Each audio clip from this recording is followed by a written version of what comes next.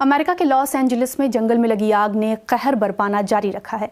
Los Angeles county के mayor का कहना है कि आग की चपेट में आए कई इलाकों तक पहुंच पाना सुरक्षित नहीं है और जान गंवाने वालों का आंकड़ा अभी और बढ़ सकता है।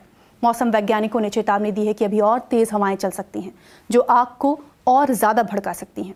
अब तक 1,80,000 लोगों को उनके घरों से निकालकर सुरक्षित जगह पहुंचाया जा चुका है। कई इलाकों में आग ने इतनी तबाही मचाई है कि उन्हें पहचाना भी नहीं जा सकता। कुछ जगहों पर सड़कों को खोदा जा रहा है ताकि गैस की पाइप से सप्लाई रोकी जा सके, क्योंकि कुछ जगहों पर गैस लीक होने से आग और भीषण रूप ले चुकी है। ये आग 5 अलग अलग जगहों पर भड़की हुई है। इनमें कैनेथ इलाके में हाल ही में आग लगी है। पहले पुलिस ने कहा था कि ऐसा लगता है कि किसी ने ये जानबूझकर आग लगाई है और शक के आधार पर एक शख्स को भी हिरासत में लिया गया था।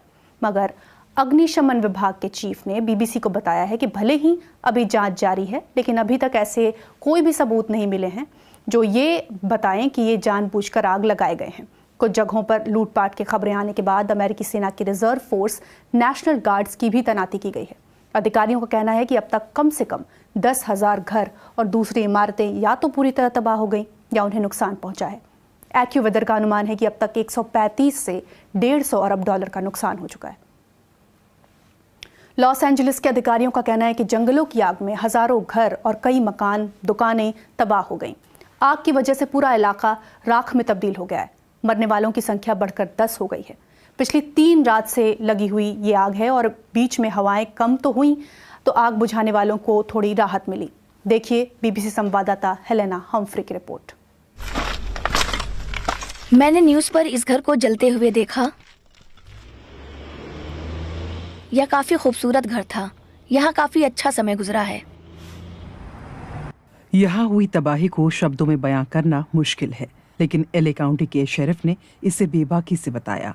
उन्होंने कहा कि ऐसा लगता है कि कुछ इलाकों में बम गिराए गए हैं। अभी तक मैनहट्टन से 2 गुना ज्यादा इलाका खंडहर में तब्दील हो चुका है और अभी भी ये आग कंट्रोल से बाहर है।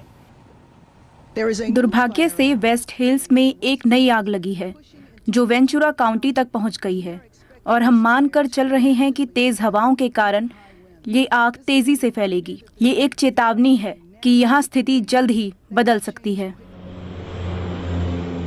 गुरुवार को सैंटा एना की तेज हवाएं कुछ देर के लिए थमी, जिससे विमान ऊपर जाकर आग की लपटों पर पानी और आग बुझाने वाले पदार्थ गिरा सके, लेकिन इसकी कोई गारंटी नहीं है कि माहौल ऐसे ही शांत रहेगा। मौसम वैज्ञानिकों ने चेतावनी दी है कि दूसरी तेज हवाएं भी इस आग को और ज्यादा भड़का सकती हैं। आग को भड़काने में हवाओं की बड़ी भूमिका रही। मैंने आग की अंगारों को अपने सिर के ऊपर से जाते देखा था और मैं सोच रहा था ये आग किसी का घर, किसी की संपत्ति तबाह करके आई होगी। यहाँ रहने वाले कुछ लोग वापस आए हैं ये देखने के लिए कि उन्हें यहाँ क्या मिलता है, लेकिन उनका घर राख में तब्दील हो चुका है। कई लोगों ने हमें बताया कि वो कैमरे पर बात करने में काफी असहज है। यह आग किसी से भेदभाव नहीं करती, चाहे वो आलीशान महल हो या कोई सामान्य घर, सभी इस आग के जद में हैं। ये कभी किसी के लिए सुरक्षित जगह हुआ करती थी। ये विनाशकारी है। ये आपके जीवन में होने वाली सामान्य घटनाएं नहीं है। ये बहुत ही असामान्य है। दूसरों के लिए इस तबाही का दायरा बदलती जलवायु के डर को दिखाता है। जाहिर तौर पर ये सब कुछ ग्लोबल वार्मिंग की वजह से हो रहा है और लोग इसे सिर्फ नकारना चाहते हैं। उन्हें विज्ञान के बारे में पता नहीं है। इसलिए मुझे लगता है कि इंसान अजीब हैं। वो सोचते हैं कि दुनिया में कहीं भी जाएंगे सुरक्षित रहेंगे, लेकिन पूरी दुनिया ही ग्लोबल वार्मिंग की चपेट में है। यहाँ अल्ताडेना में अग्निशमन दल आग बुझाने की कोशिशों में लगे हैं। आप देख सकते हैं कि यहाँ इस तरह के कई घर अभी भी सुलग रहे हैं। ये पूरा इलाका, ये पूरा समुदाय पूरी तरीके से तबाह हो चुका है। यहाँ पीढ़ियों से रह रहे परिवारों से हमने बात की, जिन्होंने कुछ ही घंटों में अपना सब कुछ खो दिया है। ज्यादा प्रभावित इलाकों में रात के समय कर्फ्यू लगाया गया है, क्योंकि कुछ लोग इस आपदा का फायदा उठाने की कोशिश कर रहे हैं। लूटपाट की वजह से पहले ही कई गिरफ्तारियां हो चुकी हैं। इस बीच राष्ट्रपति बाइडेन ने सभी प्रभावित लोगों की मदद करने का वादा किया है।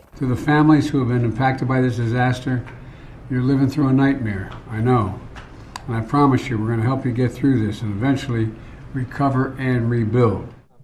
लेकिन अभी पुनर्निर्माण के बारे में सोचना काफी कठिन है। यहाँ रहने वाले लोग अभी सिर्फ इंतजार कर सकते हैं। वो उम्मीद और प्रार्थना कर रहे हैं कि हवा का अगला झोंका अंगारों से फिर आग न भड़का दे। बीबीसी संवाददाता हेलेना हम्फ्री की रिपोर्ट।